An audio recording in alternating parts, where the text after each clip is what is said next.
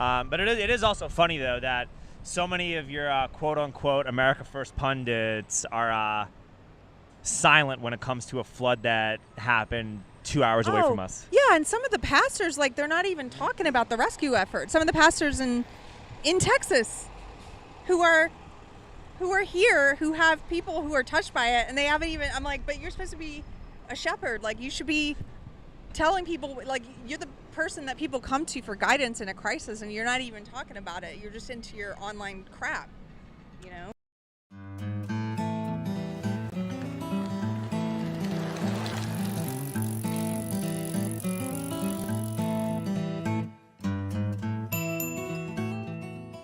I got my hat. I got my glasses. I'm good. No, I told you that we're going to be moving around. Man, I literally texted that to you, but yeah, I missed it. I said we're going mobile now, but it's what it is. So it's been a pretty crazy timeline, Keri. Yeah, you're telling me. We live in interesting times. Did we say that last time? We do live in. Yeah, we talked about this woke stuff, right? And how it's being repackaged. Yeah. And it's really gotten repackaged. Yeah. There's since we last, I don't know how long it's been since I talked to you, but there's this whole new emerging racialism among people who claim to be on the right. This whole stuff, this whole ideology that's being referred to as woke right by some people. It's a pretty stupid name. I don't think it's like really going to catch on, but it kind of has caught on because people are talking about it. Yeah. But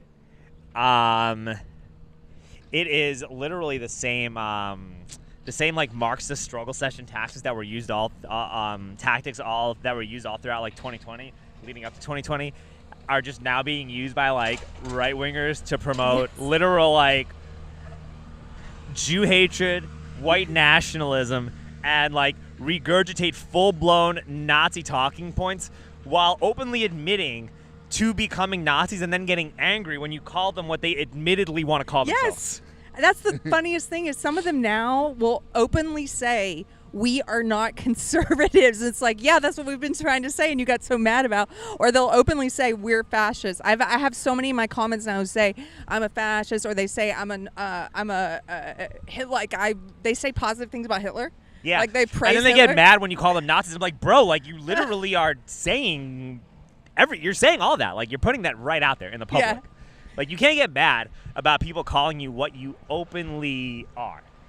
Do you know what I find funny is they do this rhetorical trick that a lot of the woke left people do where they offer you a false choice, like an either or. Yeah. And they'll say, well, you have to admit, the world has been in cultural and spiritual decline, and it's been terrible, and communism's awful, and there's been this attack on the family and destruction of the family, and LGBT have been grooming kids, and and they'll go on and say, you either support all of this, because I don't. I'm like, no, I agree with you. And then they go, and then like, or you could be a Nazi and like be against it. Like that's the either or. They say all of this is awful, and therefore Hitler wasn't that bad. And I'm like, wait, what? How do we get to that conclusion? What does the Hitler have to do with them? They're like, he wasn't that bad. Well, it just seems like, it feels like this, right? Like if I were going to Davos and going to these World Economic Forum meetings and openly trying to create a new world order, which is obvious just from speeches. It's not a conspiratorial Alex Jones talking point. It is a statement of fact if you listen to these people talk, right? If I were trying to create a new world order where traditional patriarchal family structures were to be abolished in favor of a collectivist relationship with the state, well, painting the people who oppose this as literal Hitler-loving Nazis is like the best way to actually implement this new system. Yeah. Yeah. Because what they've done is they've misused that word. They've misused the left. The woke left has misused the word Nazi. They've misused the word fascist. They've misused the word racist and sexist. All these different words that it's such a point now where I would say it's like the boy who cried wolf, where when you actually come across this emerging ideology where people are these things, then we build up this tolerance where nobody takes it seriously anymore. And they're like, oh, you're just gonna call me that? That doesn't even exist. That's just what leftists say about everyone. It's like, no, it actually does exist. Yeah. Also, when you call people that word enough, they become that. Yeah. Which Some is what people are just becoming that. And also, I'll agree with you, but did you see like the Mehdi Hassan thing on Jubilee where he talked to like 20 full-blown Nazis about like nationalism and like conservative values, quote unquote? I saw a clip of it, yes. Okay, so there have been a lot of leftists that have come out of the woodwork now, openly critical of these full-blown Nazi douchebags, which they should be. I agree with them. Like, these people are like the worst human beings ever, right? But now they're literally saying, look, you see all these conservatives, all these Trump voters, all these people, this is what they're really like. It's on camera. Yeah. While conveniently overlooking the fact that these people openly say that they're not conservative and openly talk about how much they hate Trump. Yeah, in the video, one of them yeah. said he hates Trump. A lot of them actually said that. Yeah, so that's what it's being used for, is because now the woke left, say the woke, what's being called woke right, it's like the right hand of the woke left. Whether you like that phrase or not, you can just. I call actually them hate Nazi, that. right? I just hate that word. No, these are just full-blown Fake Nazis. right, Like, yeah, they're just. But it's one of those things where it's like, I don't want to be associated with these people. Me right? either. I want no association with these people. I also don't want what happened in 2020 throughout the whole, like at least the first half of the Biden administration, to make a comeback. And when you promote this as like the opposition, the alternative, yeah, then you have no choice but for this to make a comeback.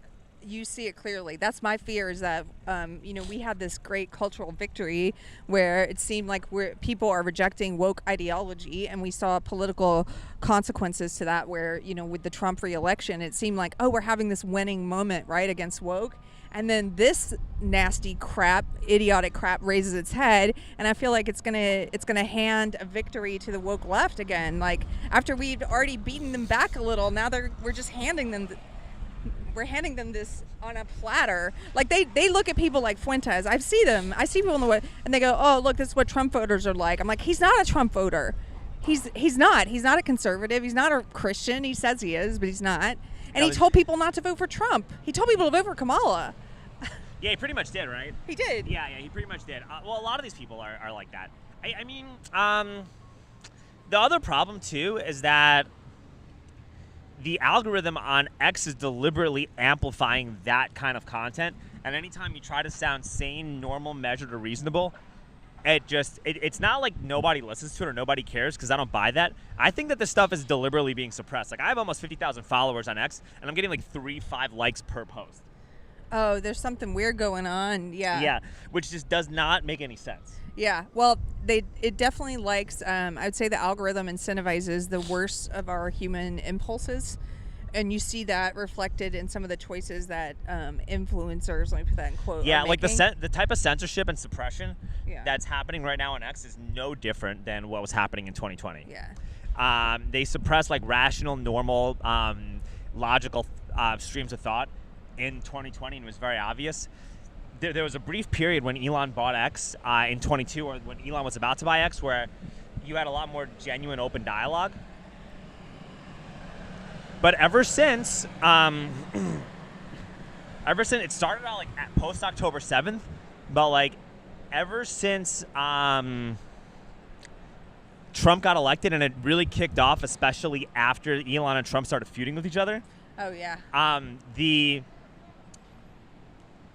You can't, if you don't sound like an insane cult member, you will get no engagement whatsoever on either side. It definitely, like I said, incentivizes the worst human impulses, and this is why I think a lot of people are jumping on this Nazi fascist bandwagon, because the crazier stuff they say, the more attention they get, and but people aren't really jumping on that, though. It just looks like that online. It looks like that online, but online they're jumping on it. Like some people with big followings are jumping on it. A lot of people too, but a lot of the people that are commenting and liking it and engaging with this are bots. They're either bots or they're people from foreign countries. Yeah. So it's one of those things where this is obviously being very, very, very manipulated, right? Yeah. It's very obvious that like bot farms from foreign countries, or WF bot farms, or some weird stuff that's very unorganic is propping this shit up. It's not like it's a very, very obvious statement. You see a lot of this stuff on Instagram that's like getting overly propped up with all this stuff, which is huge problem. Yeah. And then if you try to sound like normal, logical, well thought out, et cetera, like your voice, it's like you're talking into a void. Yeah. And it's a problem. And then if you try to like if you try to maximize this type of engagement and you participate in this race to the bottom, okay, cool, you get more views, but then like you become unemployable, regular people don't want to socialize with you, then you get forced into this type of cult, and eventually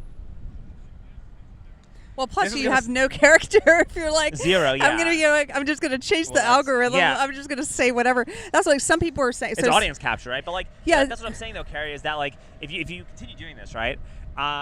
You just make yourself unemployable, like an unemployable adult, and you make yourself somebody that nobody in regular polite society wants to be around, and then you're stuck fitting into this, having to fit into this box forever. And a lot of these content makers are already unemployable, socially awkward weirdos that nobody wants to be around. Yeah. And they have no choice but to chase an algorithm. I guess I think that a lot of them are just sociopathic. Like you see a high, you see a high percentage of sociopaths and psychopaths supposedly that go into surgery and things like this, where you have to be kind of clinically detached. And I think that you also, I would like to see studies about how many sociopaths go into podcasting. Probably a lot, right? You think Like, I didn't know about sociopaths going into surgery though. Yeah, surgery, dentistry. I'm trying to remember the other. Look at the careers. That's comforting that your surgeon is a psychopath. Yeah, but he's channeling it like Dexter into something positive, to cutting you open and fixing you. Really? That's interesting. So you think doctors, and I mean, it makes sense considering the type of vaccines they try to prescribe you, but I mean, that's another well, surgeons, a whole other rabbit hole. I think being able to do what they do, it doesn't mean all surgeons by any measure, by any leap of the imagination. It just means a higher percentage supposedly in that field than in other places. I mean, I could see it, right? Yeah, because you gotta get to be a little bit, you can't get like emotional and can't get emotional. Well, in the middle of it, if you've got somebody's heart in your hands, you're like trying to sew them back together. The mental illness that's on X is pretty mind-boggling, though. People that I like, I'm not even gonna say used to be friends with them. I'm still like friendly-ish with them, but like, you just see just full mental illness, just full hyper panicky, emotional, hypochondriac like levels of just like. Well, speaking of, you mentioned Elon. The way he reacted to Trump was like a middle, like a teenage girl. He's like, I'm taking my toys and going home. That he was really emotional, didn't you think? The way he responded, I thought it was emotional. Yeah, but I think that's all like that's all theater too, though. My whole view on Elon is that you need a relationship with China to build for the batteries to build humanoid robots and build the robo-taxis and do all these things that Elon wants to do. And if China has an adversarial relationship with Trump, it's harder for Elon to get his equipment and material at a cheap price. Mm-hmm. And so him distancing himself from Trump as a business plan kind of does make sense. Yeah, it does. It does make sense. And also him moving towards political neutrality also helps in terms of like less people firebomb Tesla cars, less people are like destroying his business, his products, more people will buy Tesla. Like I just see there being a business model attached to it, and I also think that the Trump like the whole Elon Trump feud is synonymous with the fact that like the whole Trump grift is just coming to an end. You know, like after 2028. Donald Trump is no longer going to have any real relevance anymore because he's not going to run for a third term. That's going to be that's kind of like a done deal thing of the past, right? Right. Or even if he runs for a third term, he's not going to get reelected. He can't run for a third term. No, but even if he does some funny shit where he tries to like circumvent things in the courts override or whatever it is, like he's not going to serve a third term. No. Right? It's just not going to happen. Yeah, there's no way he's going to change that law. Yeah, so a lot of these influencers need something else to grift about, because the Trump train is about to come to a stop and they need something else to stay relevant. And so let's just turn on Trump now so they can get ahead of this and continue to maintain a cultural relevance. I think some of them, I mean, I guess I hear what you're saying. I think some of them are looking for what's coming next. And there are those sincere people who want to know, like, who's running. I mean, I like J.D. Vance. I also like DeSantis. I was for DeSantis in the primaries. I think DeSantis would have been the best. I think that if DeSantis had won, a lot of the bullshit that we're complaining about would not be everything. The timeline would be really, really boring if DeSantis won. It'd be different. Well, because he'd be doing a lot of what Trump is doing. Boring in a good way. No, it'd be better. Yeah, he'd do a lot of what Trump was doing, but do it more effectively, do it more quietly. There'd be less protesting. There'd be less like fanfare around it. Well, no matter who wins. Yeah, he would just be better at what he would just be doing a lot of what Trump is doing. He would just do what Trump was doing, but do it better. You know what the woke left would have done, though, the mainstream media and everything? If DeSantis had won, they would have started running articles saying, you know, a lot of us called Trump literally Hitler, but in retrospect, it's actually DeSantis is. That's what they would have. Yeah, but they would have done a pivot. It wouldn't have caught on. Yeah. It would not have caught on because you need a cult following to be a Hitler. Yeah. And DeSantis is has the personality of a cardboard box. Really? Yeah, I think so. Yeah, I think he's really good. Like, I liked it because he's just good at governing and just good at. He was good at governing. He just gets the job done, right? But in terms of like having a engaging personality, he just doesn't have an engaging personality. He has a personality of a cardboard box, right? Like. Oh, I don't know. I guess I haven't seen him off the cuff. Listen him talk. Yeah, he's just. I mean, he's not like off-putting how he talks, but he just sounds like a regular. He just sounds like very boring and normal. He sounds like a regular guy. That's what That's what I'm for. I like that, but I'm just saying though, he's not engaging. He isn't like funny. He isn't gonna post like sound bites. He isn't gonna get like, you know, the guy with New Balance shoes cooking up burgers on the grill at the barbecue isn't gonna generate like a cult following of people that are gonna do whatever he says and hang on to his every word and like show undisputed loyalty to him, right? Like, it's just not gonna happen. I thought they did him dirty about those cowboy boots. I was like, oh, come on. Silly. It's just noise. It's like Sydney Sweeney with the Guess jeans. Like, nobody gives it, or the Gap jeans. Nobody cares. Nobody cares? Like the Sydney Sweeney commercial where everyone's freaking out about, like, Sydney Sweeney, I have good jeans and this and that. Like this. Well, if nobody cares, they sure are fooling me because it's all in the news. That's all people are talking about. I mean, but like in real life, nobody gives a shit. Oh, like, true. You start asking people, hey, how do you feel about the Sydney Sweeney commercial? People are like, what? I don't care. Oh, normies? Yeah. Nobody cares. Like, even people online, no one cares. It's just becoming a new thing to distract us from the fact that you're outsourcing. Even Trump is like outsourcing tyranny through like the Genius Act and through like privatizing central bank digital currencies with the stablecoin stuff, not releasing the Epstein list. Like, it's just all a distraction from like the fact that like the Epstein thing was a big. Yeah, nothing's like changing, right? But like, I mean, if DeSantis was like signed stuff to declassify all the Epstein stuff immediately when he was governor of Florida. Like, I mean, he's still governor, but like, before Trump won, like he was signing stuff to immediately declassify as much Epstein stuff as possible. Yeah. He just does it quietly, and he would have actually possibly done it. And even if he didn't do it, he didn't run a campaign saying that he was going to do it. And he also, I don't think he would have pulled a stunt where he gave binders to influencers and said phase one. He would not have done that. Yeah. That was all theater. And you want to know something else? The people, you know who destroyed DeSantis? Who? It wasn't the left. It's the right. Yeah, the right did it. You know why? Because there's going to be nothing for them to grip off of. If you have competent people actually running the country, you can't grift and make sensationalized content and bullshit for clicks, and you have to get a real job, which many of these people aren't fit to do. People were really vicious. I remember one of the worst grifters, con artists out there, Laura Loomer. She was like super vicious about DeSantis supporters and just like cruel. I think she's one of the worst people on X, like worst character people on X. And Cattur's pretty bad also. Who? Cattur. Is he? Yeah, he's just like full cultist. Yeah, like it's so ridiculous. But she was so vicious, and there were other people following that lead who were very vicious, and I didn't really understand it because I always said, look, I'm for DeSantis because it's a primary. That's what primaries are for. And if Trump wins, obviously I'm going to vote for Trump. Whoever wins. You can't vote for fucking Kamala. Right. Like, it's off. Yeah. Yeah. Obviously, I'm going to vote for, like, why all the anger? Why all the division? Yeah, for real. You know, let us have the primary. We're not the Democrats. They don't get to have a primary. They don't have primary, which is also stupid, too. The whole left-right divide is just unbelievably insane. I mean, and people are like, oh, yeah, look, Trump is, like, not that conservative. He's to the left and this and that. And I'm like, well, yeah, because a lot of people, or even people like James Lindsay are, like, saying stuff like, oh, look, all the podcasters are now going to, the great leftward shift for these podcasters has begun. I'm like, yeah, bro, because these podcasters were always kind of left-leaning, but, like, the current political left is so bad and so tyrannical and so just, like, so corporatized that they obviously abandon these people. Yeah. Right? So it's like, people like Joe Rogan or Theo Vaughn or any of these other people were never right-wing people anyway. No. And that's like, they were more like center-left or way left of center. Oh, yeah. To begin with. And so it just makes no sense, right? A lot of those people, a lot of like the Theo Vaughns and the Rogans were never conservative political figures ever, right? Like, they were actually very left-leaning, and Trump going on those shows actually convinced people who are with left-leaning beliefs to vote for Donald Trump. So, if you're not like going to follow through on these promises, like releasing the Epstein list, or getting inflation down, or paying off the national debt, or creating like a digital bill of rights, or protecting free speech online, which Trump really hasn't been doing, it's very obvious that you're going to shift back to where you were.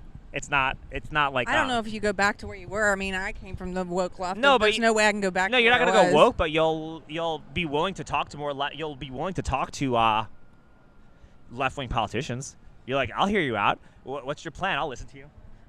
I mean, I'll listen to anyone, but if there's a couple things that take you off the table for me immediately, like being here in Austin, for example, Beto, who's now run and lost 3 times in Texas.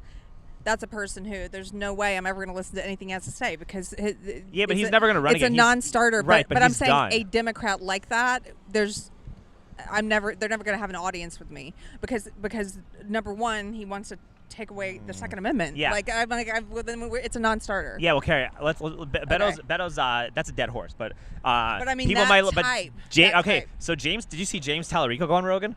I didn't. He was actually sounding really good. I listened to James Tallarico talk, and I'm just like, you listen to him speak and listen to him have a normal face-to-face, one-on-one conversation. I don't know enough about him. Should I? Look, you should listen to him talk to Rogan, and there's a lot of things that you're gonna be like, no, dude, you're full of shit about some of the voucher stuff, and some like obviously his stance on the Second Amendment is complete and total bullshit. But in terms of like listening to him talk overall, like I don't think like James Tallarico is like a corrupt politician taking a insane amount of PAC money. Like he's not. He's one of the poorest members of the state legislature. Like he seems like when you listen to him talk on Rogan, he seems like he genuinely wants to help people and want to serve people. Is he the one that's like a woke left pastor?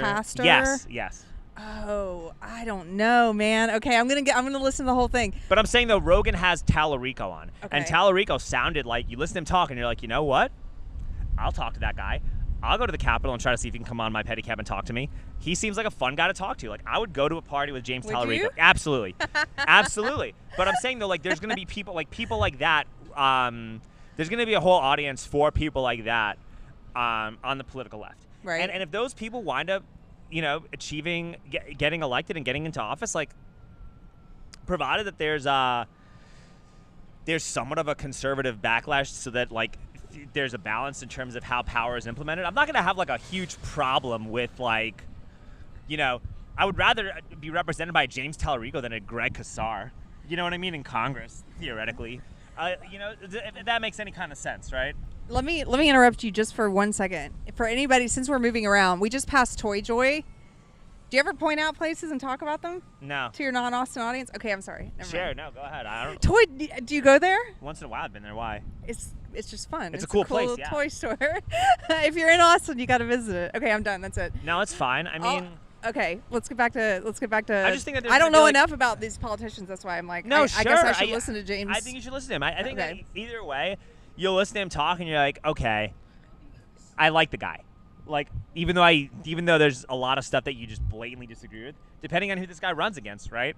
Like, if he runs against some like stuffed shirt, like ultra religious, whack job Republican in a state election, I'm like, yeah, you know what, man? I'd rather have that guy than like a hardcore Christian nationalist running against him, right? Well, it depends on how you define Christian nationalist, though. I mean, like a Joel, what is it called? Joel Webbin type. Oh, gross. No, that guy's... Yeah. That's what I'm talking about. I'm talking about that guy. That guy is like a false shepherd. But I also think this James guy, from what if it's the guy I'm thinking of, I've seen some clips, and he seems like a false shepherd to me, too. Like, straying from the gospel. Well, you know what? Either way, that's the thing, too, is that these conversations that people have on X are, like, centered around this. And like the average person who's trying to buy groceries, and the average person who just wants to be able to speak freely on the internet without being censored, the average person who just wants their who wants to buy a house but can't because rates are 7%, they don't give a shit about any of this stuff. And when you go on X, the whole conversational landscape is based on this, and just in real life, nobody. Well, we're talking about for the past 2 minutes. Like, and is it like, he's straight from the gospel? He's so like this guy's straying from the gospel. He's not a real Christian. That's what matters to me. I know, but the average person who can't, but you have no problem buying groceries. You have no problem buying gas. You own a home, and you're like financially well established because you made good investments over the past few years. The average person who is not in our position is not going to give a shit about that as much. Mm-hmm. Well, I don't know. I think sincere I don't know. I think believers, that's like an important thing to them, regardless of where they're at financially. I mean, we don't make a killing, but yes, I've made good investments, and we don't Keri, you have own a debt. house? I do. Okay, Yeah. you own a house. Like, you own a house. You got Bitcoin. You have like, you have no problems buying food. I'm sure you eat like real food from a farmer's market or grow your own food.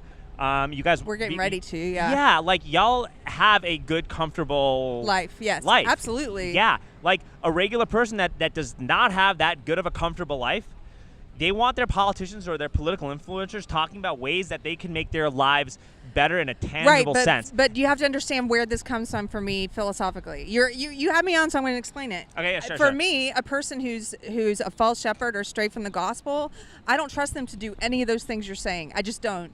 And maybe that I have a simplistic way of looking at it, but I think if they're on the right path, like if they're on the path and I trust this person, I'm like, that guy's a sincere believer, I trust them to do the things you're saying and to make life better for people. I do.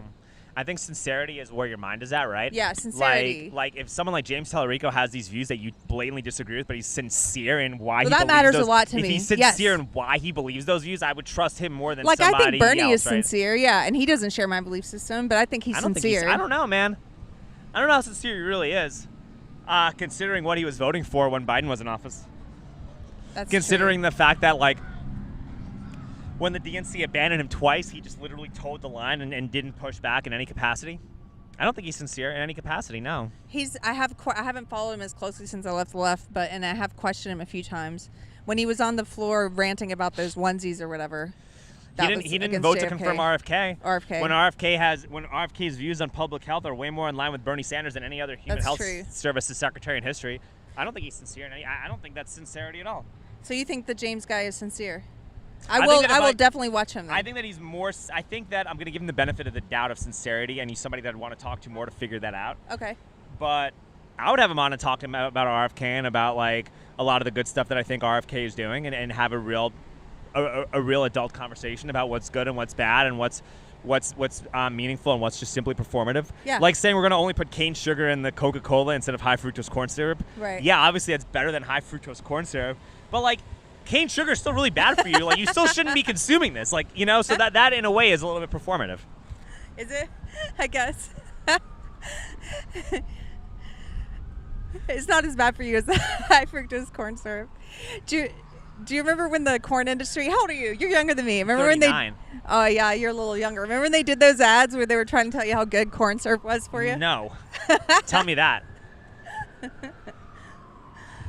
No, I want to hear about this. Oh, it was like imagine a commercial, but instead of advertising a brand, it was paid for by the like Corn Refinery Association or something like that. You got to go look them up on YouTube. It's old ads. They're like, corn syrup. It's not that bad for you. High fructose corn syrup. It's pretty good. That's kind of what the ads were. What do we do about this embrace of full-blown Nazism, though? Because this is kind of a problem. And it's making me feel like it's making me lose all interest in doing political content. Well, I know. I've been a little demoralized myself. Look, as you said, a lot of this stuff is online and it hasn't reached ordinary people. Like if you go on the street and talk to normies, they don't know that there's an increase in Nazi ideology on X. You know what I mean? It is starting to get offline a bit. I know, like the pastor you mentioned earlier up in Georgetown, I know people have been going to some churches that are led by these sort of Hitler sympathizers. Can you please send me those types of meetings? Because I actually have a really good idea. I have a really good idea for how I want to start making videos. Like I want to make fun of these people more than anybody else. Well, I'll send you when I know there's stuff going on. If it's not on a Friday or Saturday, like let me know, because I want to go. Like if they have like meetup groups for those types of people, I'll go with my cameraman and pretend to be one of those people and just say like the most outlandish, crazy shit and just get it on camera, just like I do at these protests. Have you seen? You mentioned Webben. He got trolled twice. People have bought ad copy and had him sit there and read these ridiculous ads that people were like, wait, what are you advertising? And they went and looked it up and he got totally trolled. What was it? One was for a fake dating site called like Covenant Dating or something. This one just happened. And he read the ad and he was basically like, we will use avatars. Like, it was basically like, it didn't say incel, but it was sort of like, do you have a young adult male who's looking to date and wants to find a Christian nationalist girlfriend? I was like totally over the top. And it said, this is now open for in America and Mexico. Basically, like, we'll find your incel son, a Mexican Christian lady. He read that whole ad copy and didn't even look it up to see that it was fake. Yeah, that is kind of wild. What's also nuts about this, like, this quote unquote, like, woke right, like, full blown Nazis and stuff, is that they'll talk about, like, how the family and everything is disintegrating while promoting an ideology that, like, repels women. Yeah, like wait a minute, hold on one second. Like, you want more people you want to increase the birth rates. You want people to have healthy, long-lasting relationships where men feel as though they're actually being valued and cherished for what they bring to the table. And the solution is to promote an ideology that makes women uncomfortable. Yeah. These guys, look, let me tell you this. I know sincere, strong Christian men, many of whom would consider themselves nationalists, but they're not with this Nazi fascist shit. And those men, super attractive. Like, when you can find a base Christian guy, I mean, my husband. No, bro, get the fuck out of here. But, oh man. Sorry, no, fuck those people. I can't stand, listen, I'm sorry for the rant, but I can't fucking stand homeless people. And I'm going to go on this rant too, because we had a pedicab driver that got his lower lip bitten off by a homeless guy at 10 o'clock in the morning. He had to go to the hospital, get surgery, get a whole bunch of stuff done. Homeless guy attacks him for no reason, bites his lip off, 10 o'clock in the fucking morning. And so, you know, after seeing stuff like that as drivers, as people who have to do this for a living, these people are like, not only are they kind of like a threat to our safety, but like that particular person, I've seen him on the street begging for change for like over 6 whole years. And like the guy that bit him. Yeah, no, not the guy that bit him, the guy that just asked him for $1. Like, that guy's literally just gonna go buy drugs with that money anyway. Yeah. You're doing you're all you're doing is enabling this type of craziness to continue manifesting. The more drugs this guy does, the more crap this guy puts in his system, the more he's likely to do something like this to someone else. And we're like enabling this to happen. Like, there should like the level, like, after seeing what happened to like our buddy who I pedicab with, like, the level of kindness and compassion for these people, out the fucking window. Like, out the window. Like, I really just can't. And like, if you've been on the street that fucking long and you haven't gotten your shit together, it's a choice. And maybe there's obviously exceptions for veterans and people who had PTSD from serving overseas, or people have obviously harsh financial situations and whatever it is. But the majority of these fucking homeless people, like, the only reason that you're homeless on the street is because you've burned every single bridge imaginable that nobody wants to help you. And how shitty of a human being do you have to be for no one to want to help you in any capacity? So, yo, fuck these people. That's the unspoken truth, is a lot, not all, but a lot of poor people are poor because they mismanage money. And it's also, like, it's not all, I have to say that for the leftists. But that's true. It's like, when I was in the leftist world, they brainwash you into believing absurdities like, oh, that guy's not going to spend that on drugs. He just needs. Have you ever had a homeless guy reject what you gave him? Yeah. I have too. Where they're like, I'm a vegetarian. Like, I don't want your burger. Is it gluten? Yeah, come on. I'm gluten free. I don't want this burger. Yeah. I didn't even notice that guy. What was I saying though? Oh, but sincere Christians are very attractive. I think what you're talking about is this whole like Nazi incel kind of thing that's become popular. Yeah, it's not attractive at all to women. And so much so that they were having to give free tickets away to that conference they had up in Temple. I wish I went, but did any women actually even show up? Not a single woman showed up, right? I don't think so. I don't know. They had a singles mixer, and they sold out of all the tickets for men. And then they were like, you know what? We're giving the tickets away for free to women. And that still wasn't working. They're like, you know what? We'll give you the whole weekend, the whole conference for you waived if you come to our singles mixer. Because they didn't have any women that wanted to meet those guys. Man, you should have literally got, you know, we should get a chick to go to these things with a hidden camera to just get on tape what these guys are saying. Well, I've heard just some make of the these stuff guys they say. But you know what, though? Then all that does is will just radicalize them further. You know, like the more, like, you got to be really careful with how you fuck with these people, because the more you, like, because you don't want to push them over the edge. Yeah. Because they already feel like the whole world is against them. And so now we just make fun of them and kick them while they're down. That's going to get them radicalized even further and even more. While I just told that homeless guy to go fuck up, but also fuck those people. Like, I can't fucking stand those guys. I can't fucking stand those. I can't stand them. Sorry. You're fine. I just cannot stand. Well, Austin does the. So have you been to? Did we talk about this last time? I think it's called Community First. It's a private Christian housing community for homeless people in Austin, and they do a good job. But you know what? It's funded. It's it's privately funded. It's not like the government doing it. Yeah, like we got to raise our taxes to help. Right, and they have rules for. We don't have enough crackheads in downtown Austin, so we need to like raise taxes. And they have rules for living there where they try to get people, reintegrate people back into the community. Like you have to have some kind of job. Even if it's like you make pickles or whatever it is that you do, you have to have some kind of job and you have to pay some meager amount of rent, like so that you have this sense of responsibility. So their whole thing is about making you feel like a contributing part of society again. But if you look at Austin, like they coddle homelessness, they incentivize homelessness instead of going the other direction. You know? Yeah, it's a big problem. You know, one good thing about Trump is that he's reopening the mental hospitals, which is nice.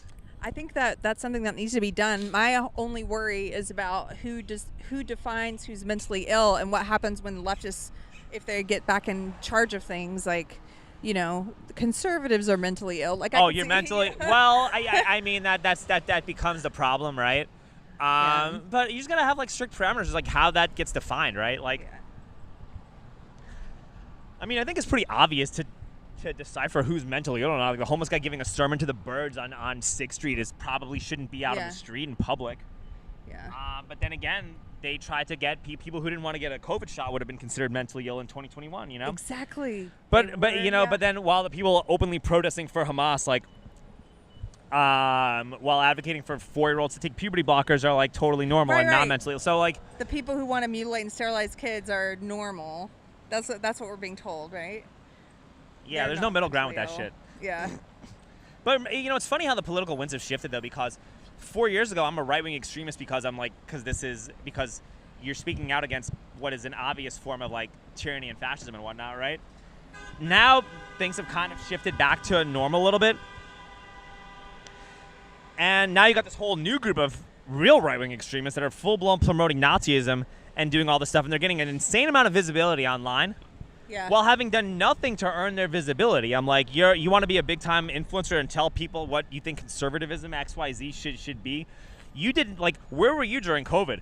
How many politicians did you confront? Did you confront A.G. Barr about Jeffrey Epstein? Did you ask Nancy Pelosi for stock advice? How many city council meetings have you gone to? Did you lose your job? Yeah, how many protests have you attended? How many did you ever lose your job protesting or fighting against tyranny? No, all you do is sit around your computer. Mom and dad probably still allow you to live in their basement, and now you get to be the guy who dictates how people fucking speak. And then these content makers are platforming that person instead. Like, yeah, dude, I have no, like, the respect I have for these people, it's out the fucking window. And I'm almost at a point where I'm just like, you know what, like, I don't even care who wins. Like, even if we go shift to the left and you get a normal, like, moderate Democrat that's not a Biden or a Kamala or a Gavin Newsom, fuck, I don't care. I'm fine with that. Like, you do you. Like, this is not my problem anymore. Like, I don't need to be an activist. You want to arrest dissidents? I don't care. I don't want to be a dissident anymore anyway. Are you disillusioned with some of the people on the right is what you're saying? So disillusioned. Like, I don't care anymore. I'm almost like, bring on the AI grid, because these people are just such fucking psychopaths anyway. Like, I just don't care. Yeah. I don't care anymore. It's not my problem. There's always going to be some freedom-centered technology to have you work around all this bullshit. So just focus on, like, building better solutions for whatever the problems that are going to happen. They're going to happen anyway. Let me give you a glass half full perspective. Let me give you a positive silver lining. Yeah. So I feel like COVID was a great unmasking in a way where we got to lots of things were revealed. Yeah, we got to see who on the left was an authoritarian, who was for the government to help forcing you into getting a shot and things like that, or putting a mask on your kid. Like, who on the left was actually not liberal at all. We got to see that. Well, since October 7th, there's been another great unmasking, and we've gotten to see a lot of these people who claim to be on the right are now saying they're not conservatives, they're fascists, whatever. We're getting to see. And so in a way, whenever these things happen, they can be demoralizing. But the silver lining is, I thank God for showing me that it's something I may not have seen otherwise, or I may have continued to trust such and such person, and now I'm like, oh, it's a winnowing away. Well, so Keri, it's a winnowing away. Well, the silver lining is that this stuff isn't worth getting worked up over. Yeah. That's what I'm saying. Like, it sounds like negative, but like the silver lining is like, this does not have to be my problem anymore, right? Like, no. Getting worked up over anything political is just not. Oh, I agree. It just isn't worth it. Like, it's just not worth expending any energy towards. That's really all. Well, because you got all the things you were saying about me earlier. You've got those things going on too. You have a real life. You have a family. Yeah. You're all the stuff. That matters all the more. stuff. Yes. and it's a lot more important. And even like I've even when it comes to doing political content, the more you want to like focus on building a business, the more you want to become like a reputable, upstanding member in the community, the less motivated I'm becoming to do this stuff, because a lot of people that are not terminally online won't even understand what you're doing anyway, and then you just become forced to be in this bubble. So it's like, if you're gonna make this stuff, there has to be a real genuine reason as to why you're making it, and if that reason isn't there, go build your foundation and then make it when you feel like making it. No one's giving me a paycheck to do this, so I'll do this on my terms, right? When I want to do it. Exactly. I just took a bunch of time off from doing stuff. I had this surgery, and I was like, well, I have the benefit of deciding when I do things and when I don't, and so, you know, I have a real life, and I'm sure to my normie friends, they think I'm online a lot, but to the people like who are actually perpetually online, they're like, Keri, you're never online. You don't post enough to take off. I'm like, well, because I have a life. Hey, have you done anything to help out with the flood in Kerrville? My husband's in a couple benefit shows. Actually, let me tell you about this. So there's this amazing woman. I was telling you about her beforehand. Everybody should go check her out. Her name is Jenny McCombs, and she and her husband Doug, they run the Full Moon Inn in Fredericksburg. And they also have a bar called the 1776 Bar. It's a Patriot bar. If you're in Fredericksburg, you got to visit them. But the reason I say to check her out is they are single-handedly organizing aid from all over the country. They have people donating RVs. We've had friends take loads of stuff down there to them. Every week they put out a list of items they need, and it changes. Like for a while they needed chainsaws, they needed pole saws, they've housed over 300 rescue workers for free and found housing for them for free. And now they're trying to find homes for people who lost their homes in the flood. So they've been doing benefit shows, and then they're also accepting donations. Long story short, go to the Full Moon Inn if you want to donate. They're good people, and yeah, I think she's amazing. You got to meet her. No, I would love to. Yeah, introduce. Okay. Make the connection. But it is also funny, though, that so many of your quote-unquote America First pundits are silent when it comes to a flood that happened 2 hours away from us. Yeah, and some of the pastors, like, they're not even talking about the rescue effort. Some of the pastors in Texas who are here, who have people who are touched by it, and they haven't even, I'm like, but you're supposed to be a shepherd. Like, you should be telling people, like, you're the person that people come to for guidance in a crisis, and you're not even talking about it. You're just into your online crap, you know? Yeah, but, and, you know, Candace Owens has said absolutely nothing. Really? About this flood in Kerrville, to my knowledge, right? Even like, you know, my buddies at InfoWars, maybe I'm wrong because I haven't really tuned in as much, but I haven't seen anything from anybody who works for Alex talking about the flood that happened 2 hours away from them. Yeah, and it devastated, like, from what I haven't driven through that, and they actually say don't come right now, but actually scratch that. I kind of wrong. Owen and some of these people did talk for a little bit about the cloud seeding that was happening beforehand, and like the weather modification that's been taking place all throughout the country, which is causing these floods to happen in disproportionately large amounts, and you know, and creating these unnatural weather events. So yeah, they have talked about it, but in terms of how you can help, a lot of them are not talking. And you can totally, and like I said, Jenny, they put at Full Moon Inn, they put out a list every week of what they need this week, and it's always changing, and it's interesting, and you can pick what things you are able to donate or you can't, and you know.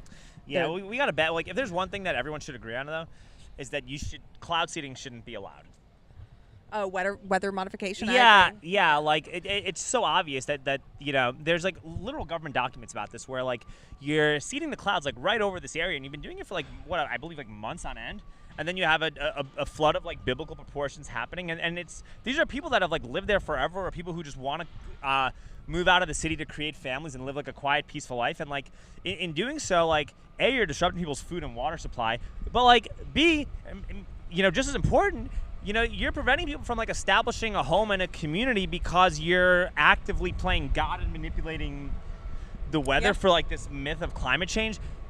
That is something that needs to get fixed immediately. We've had crazy hail up near where I live, up near Salado, Georgetown area.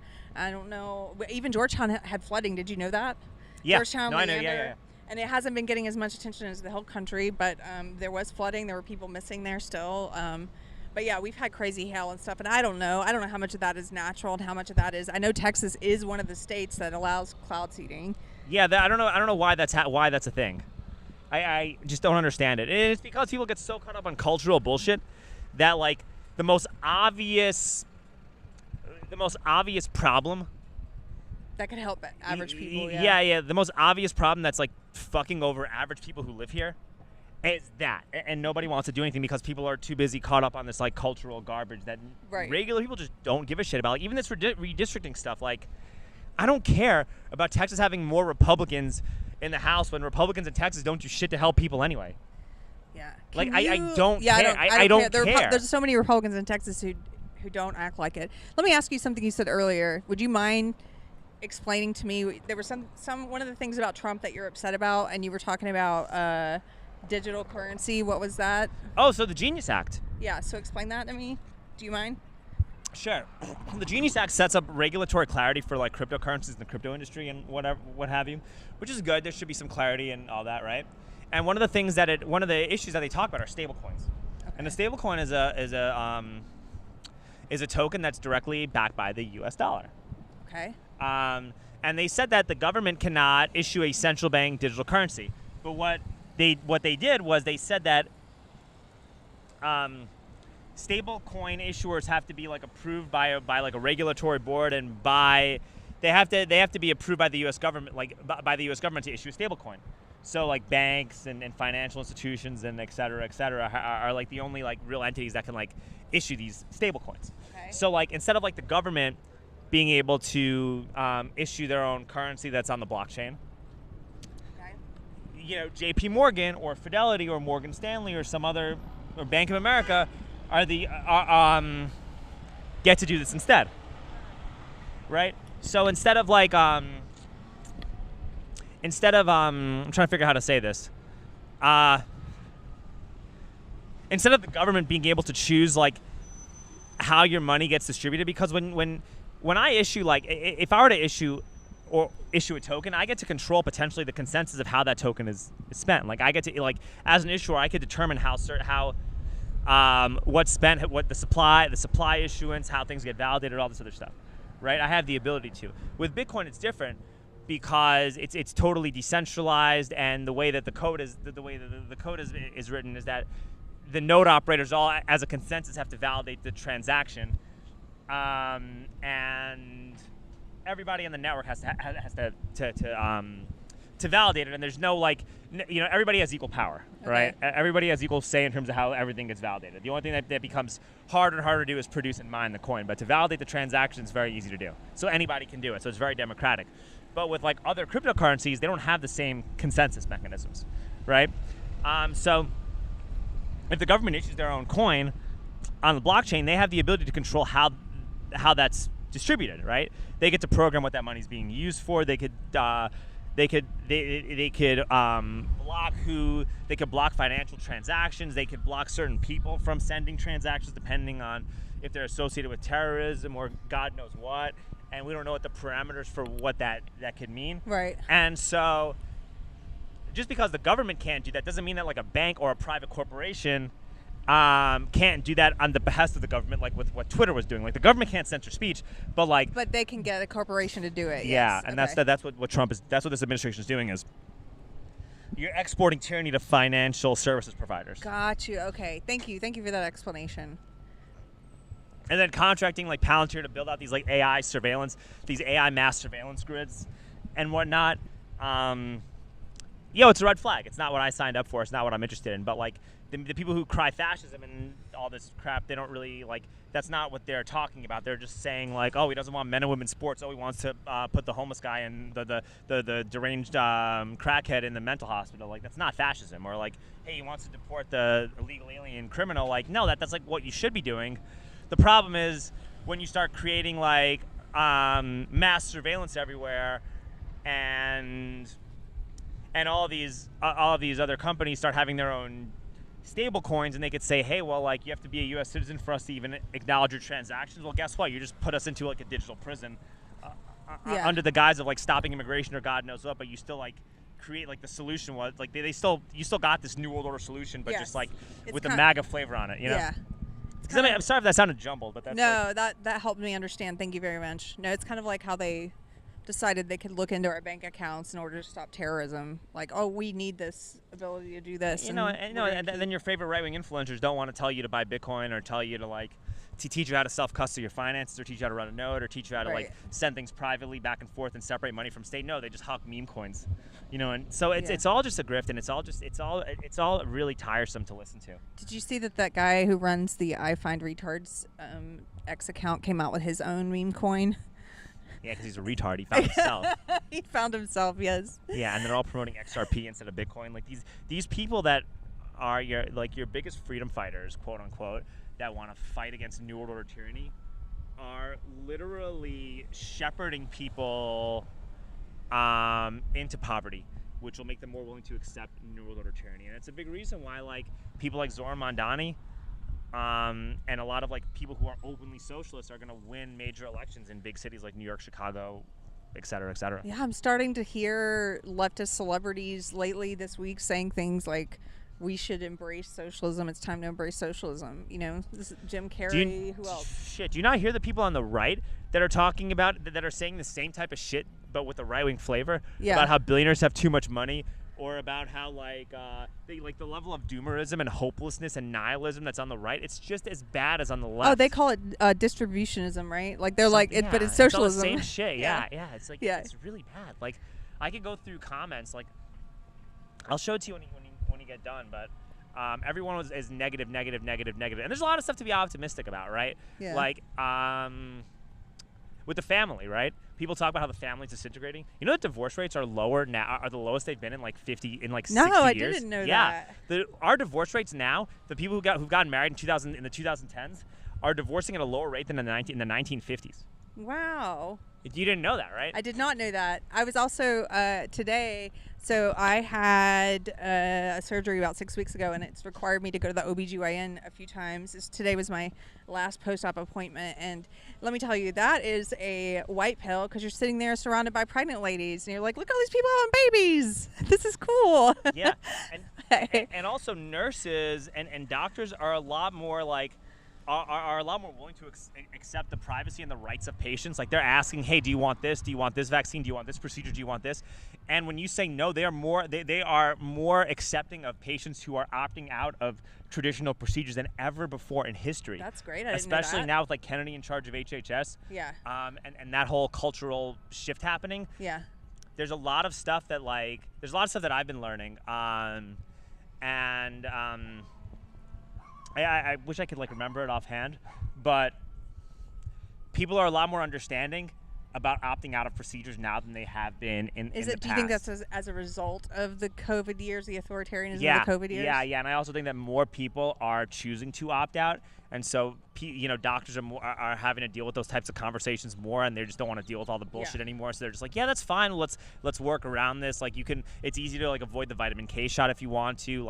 The 36-week what's that? I forgot I can't remember what it's called, but it's a thing. It's like the strep throat in your vagina that they test for in 36 weeks. I forgot what it's. When a woman's pregnant, you mean? Yeah. Oh, I don't know. You could just not take the test, and or with labor with labor induction, you could just say, hey, we don't want to induce labor until week 40, until we're at the 41-week mark. Wow. Okay. We're just not. We feel more comfortable waiting until 41 weeks. Control. That's yeah. So that is really positive. You have stuff like Bitcoin. People complain about income inequality and about how it's impossible, I can't buy a house and this and that, and the boomers could have bought a house for $10,000 in 1975, and I'm like, well, yeah, but they didn't have Bitcoin, and if you were to just save and if you were to just save in this better currency for a few years, your level of financial improvement or your level of financial gain is infinitely higher than every single billionaire imaginable. Also, here's something I will say to young people: especially if you're in the city, get out of your mentality that tells you have to stay attached to the city, because you can find a property in places that are not that far away, where you can still I came into Austin today, but we don't live in Austin, we live out in the country. Yeah, and that's how we were able to afford a good house. You can find good stuff out there. And honestly, there's really no, like, you look at how bad, you look at what's happening with these cities and look at, like, the absurd property tax valuation, and it's, you pay all this money to, like, live next to a fucking homeless guy, a coconut costs you in the middle of the afternoon. Well, you can complain about that, or you could just literally spend a lot less money to live way more comfortably. Just go do that. It's not that difficult, right? Right. Right. So I like living in a small town. Yeah, there's a lot of opportunity, but people generally take comfort in being miserable. Yeah. Oh, but you can have so much more fun when you get out of that misery. Let me tell you, my town, we have we don't have drag queen story hour. We have police officer story hour. Well, that's cool. It's very different than what you find in the city. And what else? There's no more drag queen story hour in Austin anyway. Like, I barely see that shit. Okay. Like that. I'm glad that stuff has died out. Yeah.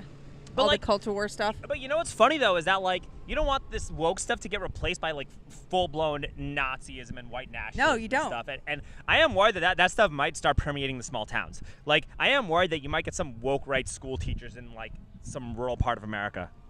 I'm more worried that they're going to crop up in cities. Isn't that funny? I really am, because a lot of the people in the small towns, they're not perpetually online, and they're not.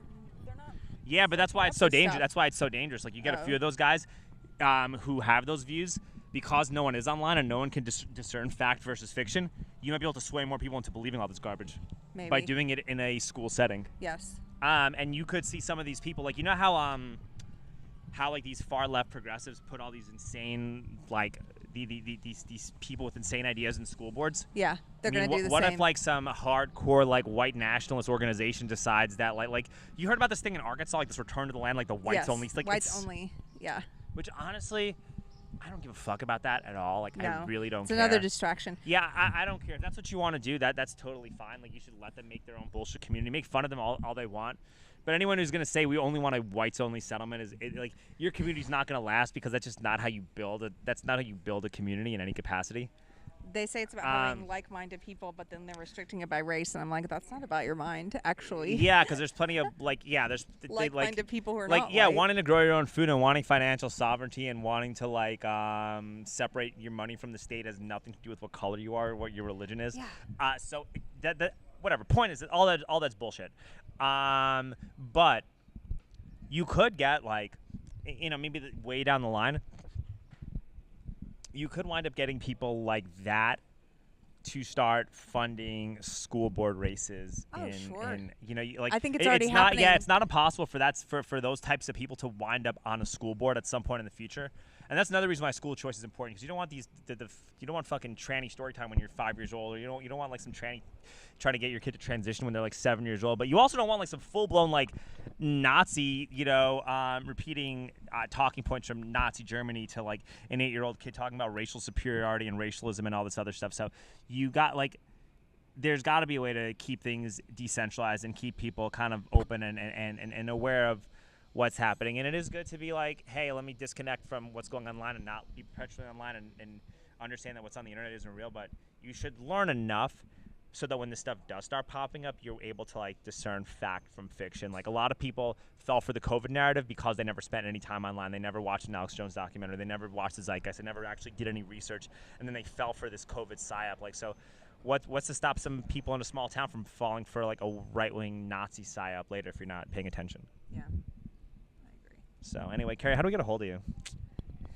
You can find me at Deprogram with Keri Smith. Cool.